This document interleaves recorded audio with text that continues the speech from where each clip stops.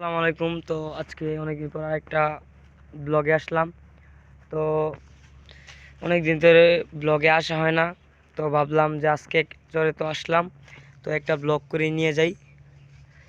তো দেখতেই পারতেছেন আজকে আসছে আমাদের কলা বাগানে, আমাদের বলতে আমার চাচার কলা বাগানে। তো ওই যে উপরে দেখেন মাশাল্লাহ কলা ধরতেছে। তো ওই যে দেখতেই পারতেছেন যে এই কলাটার মধ্যে যে থোড়টা আছে, এটা কিন্তু আপনার কেটে দিতে হবে না, এটা আপনার যে কলার পুষ্টি, যেটা কলার পুষ্টি পাবে না বেশি, তাই জন্য কলার ফুলবে না, মানে এরকম চেকন থাকবে। তো এরকম চেকনই থাকবে। তো এই জন্যই আসলাম আপনাদেরকে একটু কলা বাগানটা ঘুরিয়ে দেখাইতে। কলা বাগানটা মার্শাল্লাহ অনেক সুন্দর দেখা যাইতেছে, তাই জন্য ভাবলাম যে একটা ব্লগ বানিয়ে নিই, তো আমার ফলোয়ার যারা আছে তারা দেখবে। তো দেখতেই পারতেছেন এই যে একটা কলা কোন খান দিয়ে বের হয়েছে দেখছেন। আপনি একটা কাণ্ড দেখাই আপনাদেরকে, দেখেন এটা কিন্তু কলা গাছ, এই যে উপরে কিন্তু পাতা আছে, এই যে এটা কিন্তু কলা গাছ, এটা কিন্তু কলা গাছের মাঝামাঝি মাঝখান থেকে এই কলার ছড়িটা বের হয়েছে। মাশাল্লাহ, আল্লাহ তাআলার কি সৃষ্টি। তো দেখতেই পাচ্ছেন অনেক ভালো লাগলো দৃশ্যটা দেখে, তো আপনাদের কাছে শেয়ার করলাম। দেখেন জিনিসটা কোথায় দিয়ে বাড়িছে।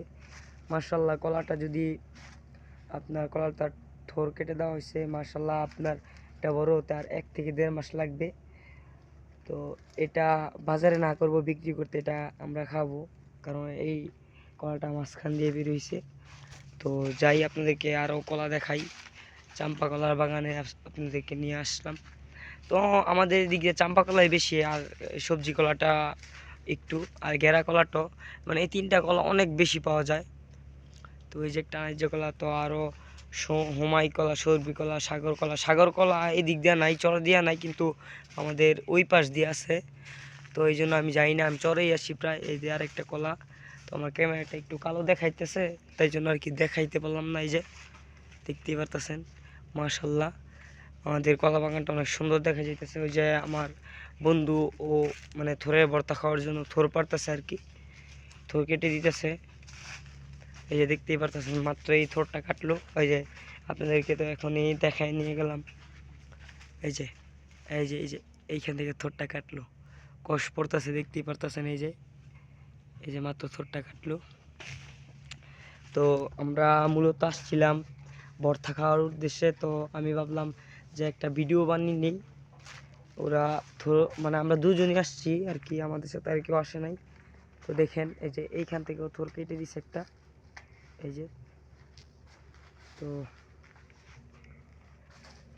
আজকের ব্লগটা এই পর্যন্ত কি রাখি, তো দেখা হবে আরও একটি নতুন ব্লগে আপনাদেরকে নিয়ে।